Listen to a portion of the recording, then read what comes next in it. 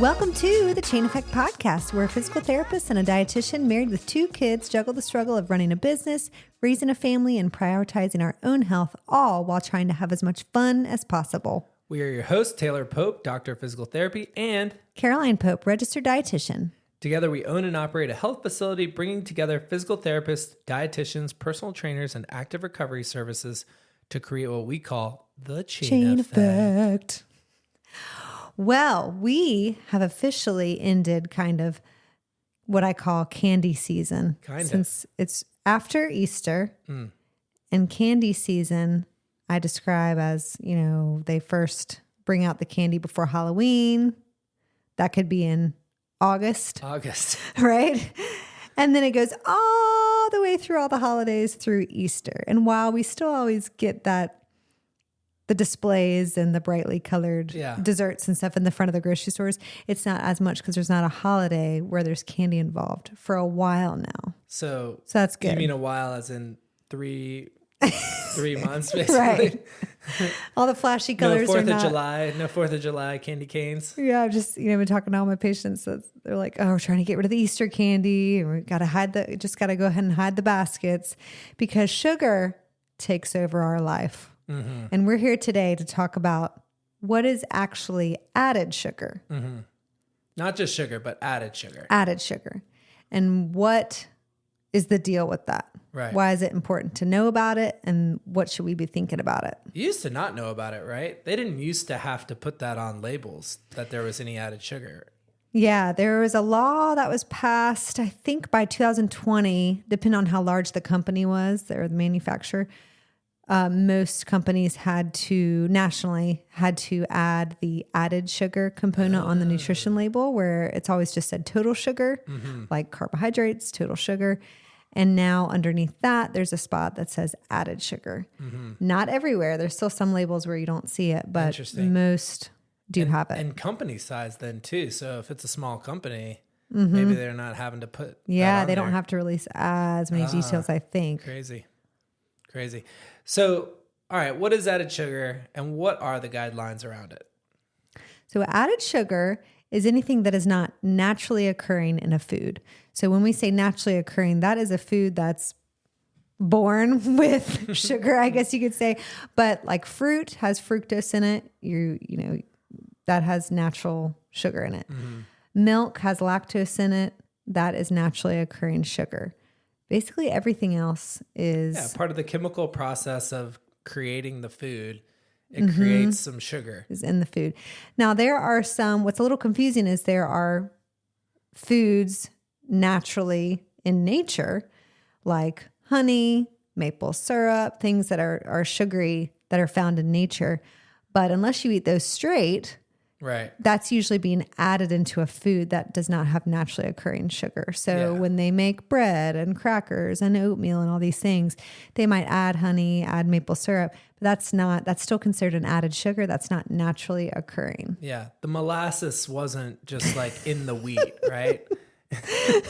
Exactly. The honey wasn't in the rice or the bread. Right. It's not like picked with a drop of honey on it. So the thing is, there are so many sources of added sugar all around us that we don't even realize. And we'll get into more examples, but things like peanut butter, pasta sauce, salad dressings, savory crackers that don't really taste sweet, or bread that doesn't even really taste sweet. It is hidden in so many things that don't even taste sweet. Because the food companies know we get addicted to sugar, or we love sugar, we love salt, we love fat, and that's how they get us to eat more.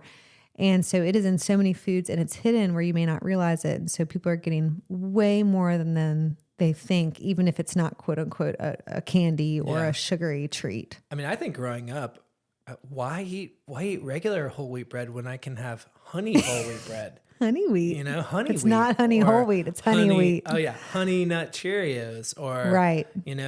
Why would I not have that when why would I want the plain stuff? Yeah. And marketing is very tricky. That a lot of these things are advertised as whole grain cereal, and you think, oh, it's healthy. Tons of added sugar. That'll be labeled as, breakfast bars or naturally sweetened, and that might be honey or maple syrup or something added, but you have to look at the label.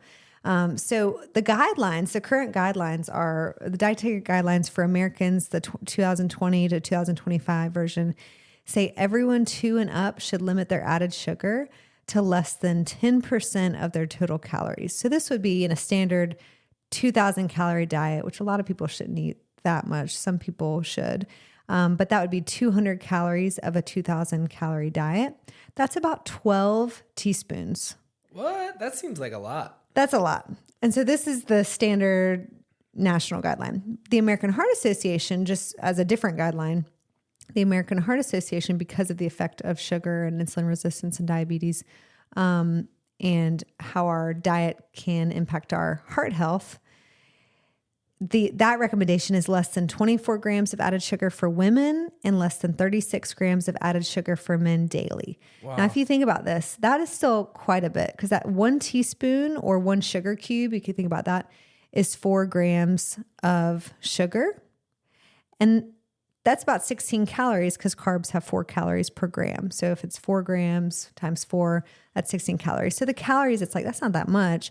But when you're looking at how many grams of added sugar that is, that's, 6 sugar cubes would be 24 grams of added sugar. Wow. So that if a female is getting that every day, that's quote unquote okay. That's, the max that the American Heart Association recommends, but you're consuming that. Right. If you think about how much that you're consuming that. Yeah. Just put 6 of those in a baggie, or just measure and carry it around and be like, this is how much. All the teaspoons that, they're recommending that you have every day. Yeah. 12 teaspoons. That is ridiculous. And, it sounds like a lot. I come across a lot of people that may put 3 to 4 tablespoons of sugar as a guesstimate in their coffee each day. Or just do like the 1 or 2 second pour. Yeah. And 1 tablespoon is 3 teaspoons. Not to mention there's sugar in the cream and the milk, right? Yeah. So they're adding that in already. I mean, and so, kind of sweetens it. Yeah. So, there's so many hidden sources, but there was a 2017, this is disturbing. There was a 2017, 2018 study where the average American, they did it in age groups, but it was about the same between ages 2 and then up, like adults were having about 17 teaspoons of added sugar a day. Wow. 17 teaspoons. So if you measure that out, put it in a bag, see how much that actually is. And that's not talking about fruit or milk or these natural sugars. So that's just straight added sugar. So if you think about the total sugar, it could be a lot more. And so those are the current guidelines. I personally think we should work on eating a lot less. 0, right? I mean, we try to if buy, possible. We try to buy at the store most everything with 0 added sugar. That doesn't mean that things aren't sweet or don't taste good, but they're just not throwing a little bit of sugar on top, right? They're not adding a little bit more to make it extra. Our poor kids, like they've always, I know. I'm the dietitian staring at all the cereal boxes, and really shredded wheat, plain shredded wheat, plain cornflakes, those are the only ones that don't, but Cheerios have like less than 1 gram of added sugar, or maybe 1 gram of added sugar. But that's all our kids eat, because it's so boring, but they're used to it and they don't really know the difference until they have it. Remember we were traveling and they had some Fruit Loops. Oh, and gosh. They went wild over these Fruit Loops. And then they were talking about them when we got home, and then they kind of forget about it though. But I give them all that boring cereal, because the cereals are out of control. Because you got to look at the serving size too. Are they actually going to have the serving size? Maybe they don't have it all, but maybe you have double the serving size for breakfast. Yeah. That's a lot of added sugar. So looking at peanut butter, little switches people can make, like peanut butter a lot of times has added sugar in it. Like I said, pasta sauce, marinara sauce, that's got some natural sugar in it from the tomatoes. That would be a place. Like some vegetables, like fruits, have a little bit of natural sugar. But if you see in the ingredient list sugar or any form of sugar in the ingredient list, and then if you see in that place on the label, including this many added sugars, and it says anything above 0, they've added sugar. Right. So what I hear you saying is that basically the best the best forms to have sugar are from fruit, and dairy. And vegetables, because they have a little bit. But yeah. Because they have it. Now, if I take my fruit and I break down all the cellular walls of it by putting it in the blender, that's a problem too, right? That gets into something else. I mean, like in the blender, we can compound so many pieces of fruit. It just becomes a lot of sugar all at once. And so that's a kind of a different topic, in how much of a glycemic load you're having, how much your blood sugar could spike after that, because you don't have that fiber. A lot of the fiber is already broken down, which helps kind of blunt the effects of that blood sugar spike and slow down digestion and absorption. So that's just a huge load of carbs at once, even though it's natural sugar. But we'll get into that in a future podcast about blood sugar levels. Is that why I shouldn't have tropical smoothie? Now, smoothie places. Tell me. I don't know. They don't always give all their ingredients. Caroline's but if you look at preach right now. She's about to preach. Okay, tropical smoothie. Just because I hear this with my patients, I've looked at it myself. I'm pulling it up right here. They don't say the amount of added sugar, but if I'm getting any of these smoothies that are 101 grams of total sugar, 109 grams of total sugar, 91 grams of total sugar, I believe the lowest one besides the detox green smoothie, which is 29 grams of sugar. The lowest one aside from that is 75 grams of total sugar for a smoothie you're drinking. Is that an extra large, or is that just... That's just the normal size. These are all the typical... The regular size? Whatever, maybe 16 ounce or so, 20 ounce. I guarantee that is not all natural sugar. And you see it kind of, sometimes they're putting in like the syrups and stuff. You don't know if that's fruit syrup, the squirts. Like some of it's natural fruit. I'm sure some of it is natural sugar. A lot of that they are adding. And don't get me started if it's like a chocolate smoothie or chocolate peanut butter smoothie. It's like a peanut butter syrup, which has a lot of sugar. That is not good for you in so many ways. So making a smoothie at home is very different. I don't want to discredit smoothies. I think you can make them in a very healthy way. You just want to be careful of how much fruit you're adding at once and add some vegetables in and a protein and fat to kind of stabilize your blood sugar. And probably add some fiber back, right? I think you do a great job with our boys' smoothies putting chia seeds and flax seeds in, which add some fiber back. I think with our kids, sometimes, with Bennett, we're just trying to get him to eat something. Yeah. And that's a different goal. That's kind of to increase his calories and increase, some of the carbs he is eating, since he could live off air and not care. But I think, also pairing it with a solid food helps with appetite control too. Because for some people, they drink down a smoothie. It doesn't keep them full for very long. So with the kids, I try to do that too, like pair it with something that they're actually chewing as well. But surely my Bolt House drinks, my naked drinks, the protein drinks that you see everywhere, those have got to be healthy for you, right? Well, again, this is where you want to be really careful about looking at the total sugar and is it added sugar or not. Both of those, I don't know if this has changed, and it depends on the type, but they're like just vegetable fruit smoothies say no added sugar on them. Now, they're more milky protein ones have added sugar, or the more like chocolate vanilla ones. But from what I can tell, it says no sugar added, and it's 0 grams of added sugar on the labels. But they vary from 43 to 53 grams of total sugar per small bottle, the Naked and the Bold House. And again, that's all naturally occurring. It's blended up though, and that is just a lot of load. Sugar at once, a lot of load for your blood sugar.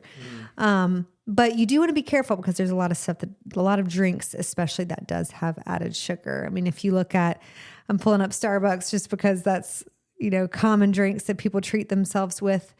A grande mocha is 35 grams of total sugar. Now it doesn't specify the added sugar and the natural sugar. Some of that is with the milk. Some of that is coming naturally from the milk. But most of that is going to be added sugar. Seems like you could subtract, what you would expect for the milk for that. Yeah, I mean, one cup of milk is about 12 grams of sugar. So if you look at a milk carton, depending if it's whole, skim, 2%, if you're in the grocery store and you're looking at a gallon of milk and you look at the ingredient, the nutrition label, it's going to say, 8 fluid ounces, 12 grams of total sugar, 0 grams of added sugar. unless you get something like Fairlife or something that's ultra processed, and they actually filter out some of the naturally occurring sugar, and it's lactose free. So that's about half the amount of naturally occurring carbohydrates in that sugar. So yeah. So moral of the story is the Starbucks drink you're having is, the little extra pop that you get by drinking that isn't just the higher levels of caffeine. You're getting, a pretty big load of added sugar. Yeah. there. I mean, the Frappuccinos are a whole nother story. So, but if it's just a regular latte with just milk and espresso, that's naturally, that's natural sugar. So is sugar really addictive, and why do people have such a hard time with it? I mean, you hear that a lot, right? People have it seems like we as a society are addicted to sugar. And there aren't really studies conclusive about an actual sugar addiction, but there are studies about what it does to your brain and how the pathways are similar to drugs. Like if you have cocaine and you're getting that hit, from the cocaine and you want more and more and more and more, sugar does that same thing. And there's, I was listening to a webinar that had some studies about rats and brain scans and what their dopamine levels were doing when they ingested sugar. And dopamine's the happy release, right? Yeah. And so a lot of people eat for pleasure. That's that hedonic eating. Mm-hmm. Is that how you say it? Hedonic? Yeah. Eating for pleasure. Yeah. Hedonistic. Yeah. You may not be actually hungry, but you just smell something or you see something and your eyes go, ooh, that looks really good. And you're eating for pleasure. And so there's that kind of eating. And then you're eating when you're actually hungry, or to fill a physiological need. And so when you're eating out of true hunger, your body should get a negative feedback loop, right? Like you should get negative reinforcement as you eat because you're getting fuller and your brain is saying, okay, I'm getting more satisfied. I'm getting full. I don't need as much food. When you have something like sugar, or if you're just eating for pleasure and you're not actually hungry, and something that gives you such high dopamine levels, you're getting positive reinforcement because the dopamine levels they found in this rat study continued to be high every single time. Oh, wow. They had the food, no matter if they kept having it all day, every day, the dopamine level would still be just as high or almost as high. So it's not like a diminishing effect. Oh, wow. So what you're saying is the release of dopamine each time they had sugar was the same no matter how much they had. Exactly. Oh, wow. So they were getting the sugar a ton at a time in this chow, and this, the control group was regular chow. And then the other group was high sugar chow. And the rats that were getting that were having the same release of dopamine in their brain. And so it showed that there are overlaps in the brain pathways activated by those palatable foods, highly processed foods. So this was happening. They studied it mostly in high sugar foods, but I think they've studied it also in high fat, high sodium foods, pizza, ice cream, which would be a combination of like fat and sugar. Mm-hmm. These really rich processed foods that we do feel like we get addicted to sometimes. Right. And so the end result is just overeating those foods. Exactly. Because you're getting that dopamine hit every single time. And I have patients that struggle with this too. Like, well, I just need it gives me that dopamine hit. Yeah. And it's hard to cut those habits out sometimes. Is that why once I pop, I can't stop? Oh gosh. Those Pringles are so good. Like sour cream and onion Pringles. If I have one, I'm eating the whole can. One part of that is they dissolve in your mouth. Yeah. Right. So we can eat the whole can of any of those processed foods and candy and stuff that melts in your mouth because it is dissolving literally as those enzymes are starting to break down the food on your tongue and in your mouth. And so it's just so easy. It doesn't fill us up. So part of it's that too. Mm-hmm. But so sugar is hard to get rid of. And we're not preaching get rid of sugar in general, but most people I would say do need to cut back just because it is so prevalent. If you can reduce it in little things throughout your day that you don't even really notice it's in, that's a great way for your brain and your taste buds to not get as much of that sweet all the time. So that's what you crave and you're getting that dopamine hit. Yeah. And I think one of the things that I always hear you talk about too is the little secret places that sugar winds up. And, you think you're doing something healthy by having a yogurt. And then all of a sudden you look at the label and it's got 15 grams of added sugar. That's why with our food recalls, I'm like, in a dietitian session, dietitians are like, and what brand is that? And what size is that? And what flavor is that? Because the yogurts, there's so many. Right. And you could say, oh yeah, it was a healthy one. It was just one that was strawberry, like naturally flavored. Activia. It has strawberry chunks in it. Activia. Exactly. The probiotic yogurt. It's like, marketed to be the holy grail of yogurts. And okay, all yogurt is going to have probiotics in it, first off. And Greek yogurts especially, but it was Chobani. Chobani. Chobani. Or Chobani. Get it right. So, but these yogurts, there's some that use, sweeteners and things like that to cut down on the sugar. There's plain yogurt, which would be the best thing, I think, that you could flavor yourself with whole fruit and real fruit. But then there's these flavored yogurts that can be up to 18 to 20 grams of added sugar. I've seen that. And they will say added sugar. So that's a great place to look. If you're a yogurt eater, you like different flavors, compare the brands, compare the flavors. Some are really like dessert. So you might as well have ice cream if you're eating some of these that are as high as 20 grams or 18 grams of added sugar. And same thing with the little cottage cheese duos that have the side of fruit to top with. Some of those don't have any added sugars and it really is fruit on the side. Some it's more like jelly or it's just, a lot of added sugar in the fruit and you're dumping that in. I mean, they got to preserve it somehow. It has to have preservatives somehow if it's sitting in that can, Yeah. canister. And it's more expensive, right? Using all whole food, whole fruit. So that's one thing. And then they know that we love sugar. So we're going to want to eat something more when it has sugar.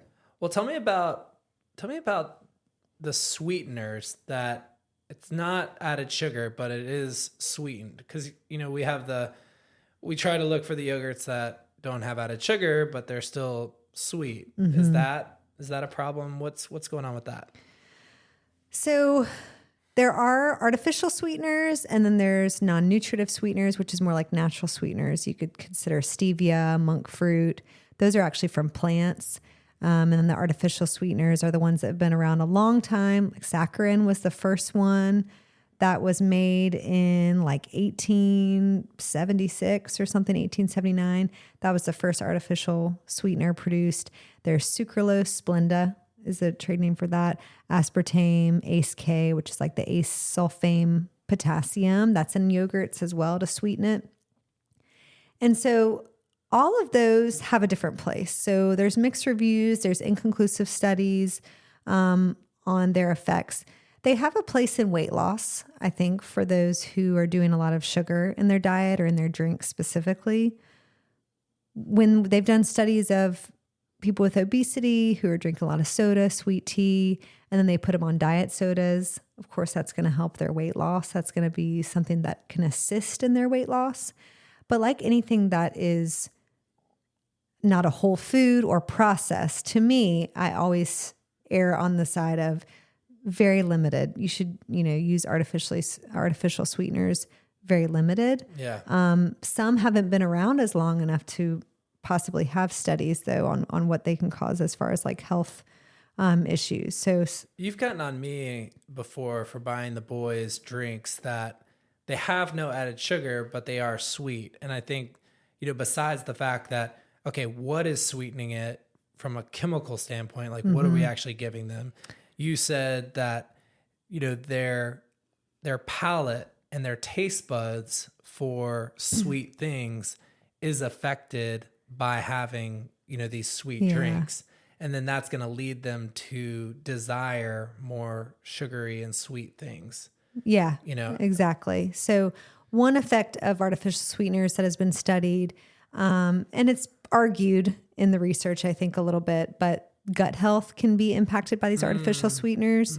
And we know how much our gut microbiome is, and that good bacteria plays a role in our immune health, our brain health, inflammation in general, and digestive issues. But also your fullness cues, right? Isn't a lot of the hormones, cues, that like gut brain connection back and forth, and our serotonin levels and all that. So that's kind of not conclusive. I mean all these artificial sweeteners are still generally regarded as safe to use. But the other effect I see just in practice, and then that's been studied a little bit and known, is the sweetness levels, exactly what you were saying. So if you have a drink that's artificially sweetened with, let's say, Splenda, yeah, you're not adding sugar to your diet with that drink, but these are hundreds times sweeter than table sugar, which is sucrose, if we compare all these to sucrose. So some of the amounts, like Splenda is 600 times sweeter than sucrose. So the same amount, like teaspoon of sugar versus teaspoon of Splenda. And sucrose is, we call table sugar. And that is a disaccharide made up of glucose and fructose. And it's found naturally in some plants like sugar cane or sugar beet. And that's actually crushed up. It's the main part of white sugar, but it's crushed up to produce that raw sugar. So sugar in the raw is like that brown kind of uneven sugar that you can get. The healthy sugar. Yeah. So people are like, oh, that's healthier than refined regular table sugar. I mean, it's less processed. It's still sugar. It's still added sugar. But then it's sent off to factories to refine it into that pure, clean, white, sweet powder that's all uniform size. So we're comparing the sweetness of these artificial sweeteners or non-nutritive sweeteners to sucrose. And it is amazing how much sweeter some of them are. So Splenda is 600 times sweeter. Aspartame is 200 times sweeter. ACE-K or ace-sulfame potassium is 200 times sweeter. And even monk fruit, which is from a vine that comes off, they get that from an extracted like berry from a vine in Southeast Asia. That is still 100 to 250 times sweeter. And stevia, which is more natural as well, comes from a plant, is 200 to 400 times sweeter than table sugar. Wow. So if you think about the consequences of that, I just don't like that because it is getting our taste buds used to something sweeter than natural, way sweeter than fruit. So fruit, if you have fruit, that's not going to satisfy you as much if you're used to all of these super, super, super sweet sources of drinks and foods you're eating. And so to your brain, it may not be as satisfied. So if you're adding in all these artificial sweeteners or non-nutritive sweeteners that are lower calorie, no sugar technically, but your taste buds are getting adjusted to this super sweet stuff. So that's my take on one of the main reasons why I recommend really limiting any of these sweeteners. Right. And then you go for like sports drinks and exercise. And I think a lot of people think, well, if I'm exercising, then I can have some of, Gatorade has a ton of added sugar. And they think, oh, if I'm doing exercise, then I'm just going to burn it off immediately. Yeah. And you and I have talked a lot about that as far as the kids, like they should not be having that. They have enough stores of, blood sugar that in their muscles and stuff that they can burn off. They don't need to add in some to get energy. Right? Well, we should just use whole foods too, right? Like give them a snack of an apple. They like apples. Yeah. Right. I mean, and we see this, even in friends and things. It's like, not worried. Oh, it's a Gatorade. They're going to run it off. Well, think about what it's given them too, apart from just the sugar. I mean, it's food dyes, it's artificial ingredients, it's food dyes, it's the added sugar though, that's not having the fiber from the apple or the fruit that you could be giving them as a snack too. And it also gets them used to having a special beverage, something, or you could call it special, but different than water. Or, a drink they should have more of. Right. And I think some of the misconception is that while if you're doing a high endurance activity where you're exercising for hours and hours, yes, maybe it's beneficial to replace some of those electrolytes or, replace some of your sugar with some of these added sports drinks. But for most people who are doing an hour workout, recreational activity, they don't need it, right? And definitely it's going to get in the way of any sort of weight loss goals or... Yeah, I mean, if you are doing an event that's 2-3 hours long or training, you may need to intra-fuel, or have some electrolyte replacement or some carbs or some gels or whatever in between, in the middle of your workout. But for the basic person working out, just water is totally fine. And again, get your electrolytes from food. And you could also think about if you really wanted an electrolyte replacement, or maybe your sodium's typically low or you're a big sweater, you could use coconut water as a natural source. It does have some naturally occurring sugar in it, not as much. as Gatorade or something else, but it has some really great electrolytes in it and some natural sugar. So if you need a little bit of a push there, Gatorade has 12 ounces of Gatorade has 21 grams of added sugar. Wow. And then the big bottles that typically people will get. Yeah, you're not drinking 12 ounces. I mean, that's 2.5 of those servings. So that's 48 grams of sugar.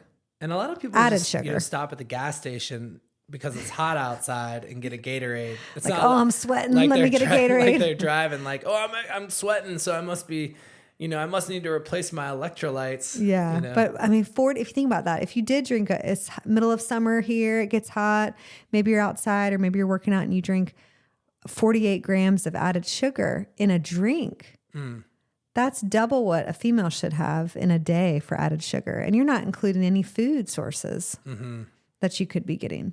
So again, it's sweet. You've got the glycemic load. It's a lot of sugar at once. It gets used to drinking other drinks besides water and foods to give you those vitamins and minerals. And overall, I just encourage and then limit like it. Normal sweet things aren't as sweet, right? When you like up your taste bud level and all of a sudden like you're having more and more sugar, it's kind of like salt, right? The more you have of it, the less kind of desensitizes you. Exactly. So what is the best solution? Should we use low calorie sweeteners when we want something sweet or just never eat processed foods? I think, again, instead of the all or nothing approach, that usually doesn't work for a lot of people, especially if they have a lot of high sugar foods and drinks in their life right now. Just little steps is the best thing you can do. So with our patients, we always talk about, instead of abstaining from anything and thinking it's all bad, what are little things you can do to reduce the added sugar? So I always say, okay, go in your pantry, go in your fridge, read all the labels on things that you may not even think have added sugar and make swaps. What are some substitutes? So if your peanut butter, you catch that has sugar in it, find one that's natural, that's just peanuts. And those swaps can make a big difference in your health and how much added sugar you're having. And so when you do want a dessert or something where it is going to be a source of sugar, enjoy that because you're not cheat meal. Yeah, because you're not having it all the time and your brain is not always getting that dopamine hit from things that aren't even really as satisfying for you as a dessert. So that's the big picture. If you track on an app or something, that would be a great thing to look at. A lot of times we just focus on those 3 macronutrients, carbs, fats, protein.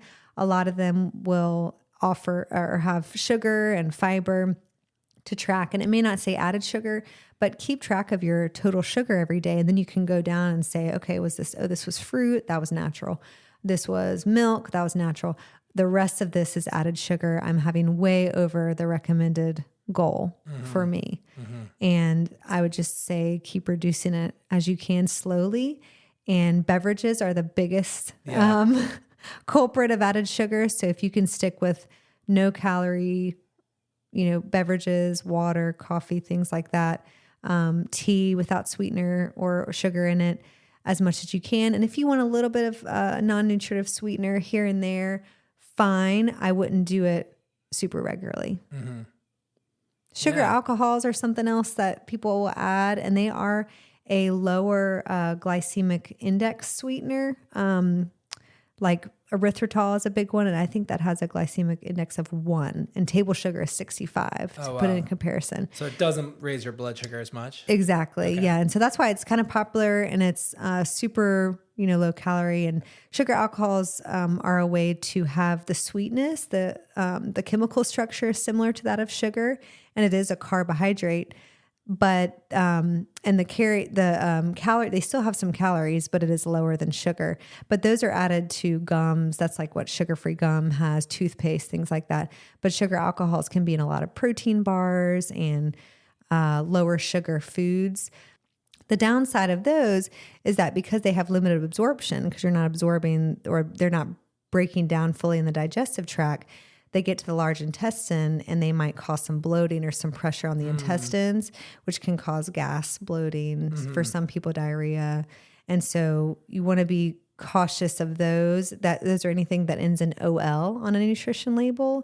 If you see like total sugars and it might say 3 grams mannitol or erythritol or sorbitol or any of those, it doesn't always say it, or you see that in the ingredient list. But sometimes on protein bars, especially, or protein powders, it shows you how many grams are in of the sugar alcohols. If you have any GI effects from foods, sometimes that's why. But those are a decent way to have that sweetness, but it's not overly sweet like these other sugar substitutes. So interesting. So helpful. And it's so everywhere. Yeah, it's everywhere. Yeah. We like sweet. We like, we like that flavor. So if you can get it naturally as much as possible, and again, do whole foods as much as possible, that's the best way. Right. I think, something that you just have helped me with so much is just putting the fruit on the counter, making it in your eyesight. When you want a snack, maybe have some carrots to start off with, maybe have a piece of fruit to start off with. And just not only is the sugar going to be less processed, but it's also so many less calories. It is. You can have a lot. Yeah. And it's all about that choice. It's once you get to that choice, if you can figure out what's going to make it more accessible, because a lot of times we don't want to have an apple or an orange or something if we're having a sweet craving. But when you're eating it, it really does satisfy that sweet craving. Yeah. Well, we love to be sugar detectives in the grocery store. So if you have something that you find to be super sneaky added sugar, shoot us an email, Taylor@ChainEffect or Caroline@chaineffect.us. Yeah, we'd love to see it and expose it. Yeah. But it's always great to learn. Thanks so much for listening. We hope this was insightful, and we will see you next time. Catch you later.